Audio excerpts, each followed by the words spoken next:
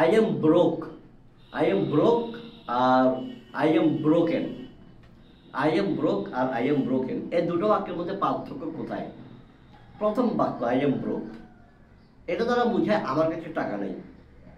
ধরেন আপনার কাছে টাকা নেই, এমন সব আপনাকে কেউ কোনো কাজে টাকা খরচ করতে বলছে, কোনো একটা কিছু কেনার জন্য, অথবা কেউ আপনার কাছে টাকা ধার চাইছে, তখন আপনি বলতে পারেন I am broke. I am broke মানে কি? আমার কাছে টাকা নেই। অথবা আপনার কাছে টাকা ছিল না, এই অবস্থায় বলতে পারেন আই ওয়াজ ব্রোক। এবার আই এম ব্রোকেন, এটা দ্বারা বোঝায় যখন কেউ ইমোশনালি ডাউন থাকে, ডিপ্রেস থাকে, যখন কেউ আশা হারিয়ে ফেলে, অর্থাৎ যখন কেউ মেন্টালি কি থাকে, মেন্টালি ব্রোকেন থাকে, তখন আমরা ব্যবহার করব আই এম ব্রোকেন। যেমন আপনার প্রচণ্ড মন খারাপ, আপনি মানসিকভাবে একেবারে ভেঙে পড়েছেন, এমন সময় কেউ আপনার কাছে আপনার পরিস্থিতি জানতে চেয়েছে, আপনি বলতে পারেন আই এম ব্রোকেন।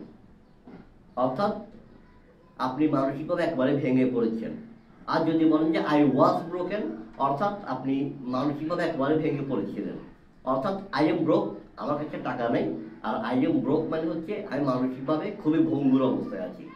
ধন্যবাদ, আসসালামু আলাইকুম।